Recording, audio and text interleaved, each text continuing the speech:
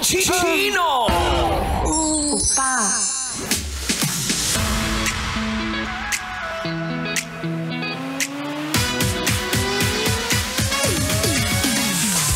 At sa panahong ang daming nangyayari, ang buhay na napakakomplikado ay talaga nga namang kailangan ikaw ay simple.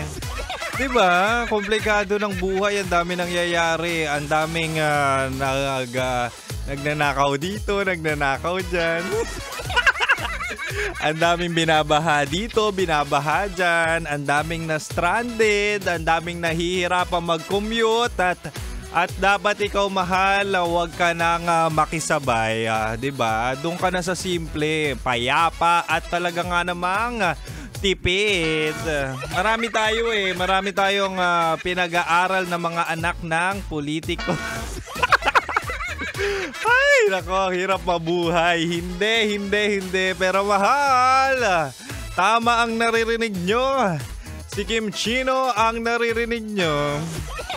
At syempre, ako na naman to, ang Spicy Opa mo sa radyo na kapag natikman mo, hanapin mo. Walang iba. Ako ulit to, si Kim Chino at makakasama mo ko. 6 to 9 tayo. 6 to 9 p.m. Pero alam mo mahal, no, minsan mas effective pa yung simple kaysa sa engrande o bongga. Minsan mas nakakakilig pa yung unusual, unexpected at maliit. Oo. Diba? Minsan okay ng maliit kaysa malaki. Talagang nga namang size doesn't matter. Hindi, mas okay pa yung small surprises. Surprises ang pinag-uusapan natin dito. Kasi kung palakihan lang, si Kim Chino malaki. Malaki ang puso.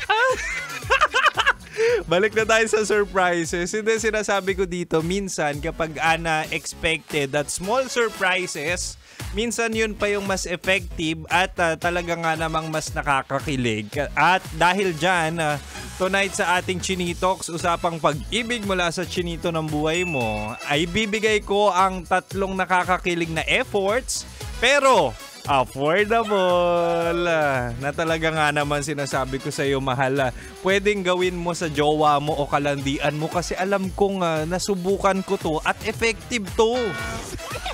Una, nakakakilig yet affordable effort ay handwritten letters. Ito mahal, mas personal at mas sincere. Hindi tulad ng mga chat or printed na message.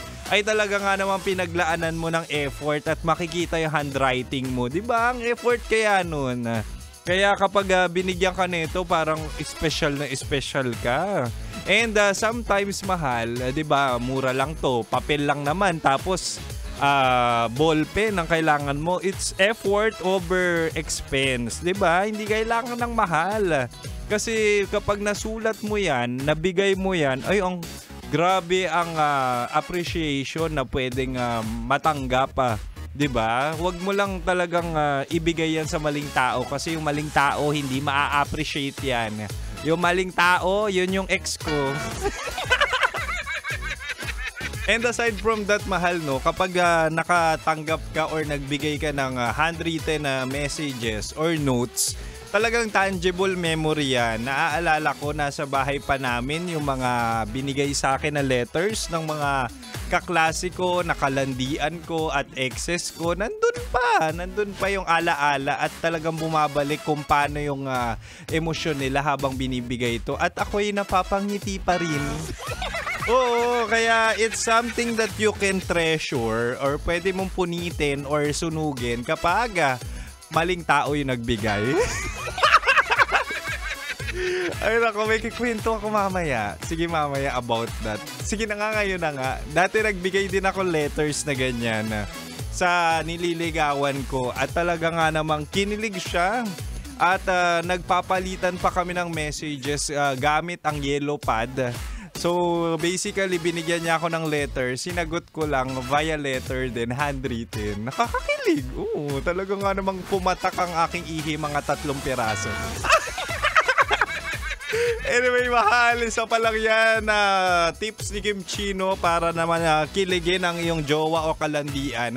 Meron pa akong dalawa dito kaya wag mong ililipat ang radyo. Manatiling nakatutok dito lang sa 90.7 Love Radio.